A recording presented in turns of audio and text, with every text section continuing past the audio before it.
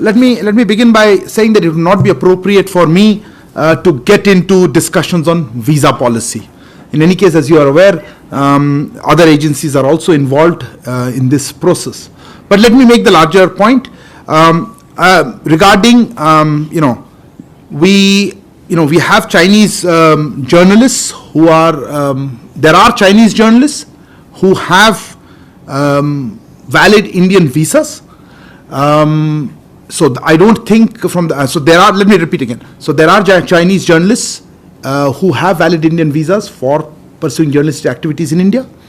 So from that perspective, we do not see any limitations or difficulties in reporting or doing media coverage. As regards Indian journalists working in China, we would hope that Chinese authorities would facilitate their continued presence and reporting from China. We are in touch with Chinese authorities in this regard.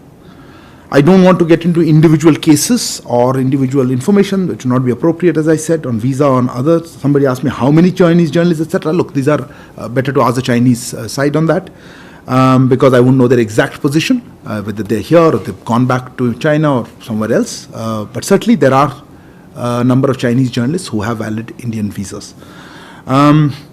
So I think that broadly is my response to all the questions you had regarding countermeasures. Reza, you asked. I think Sudhi, you asked about asked to leave.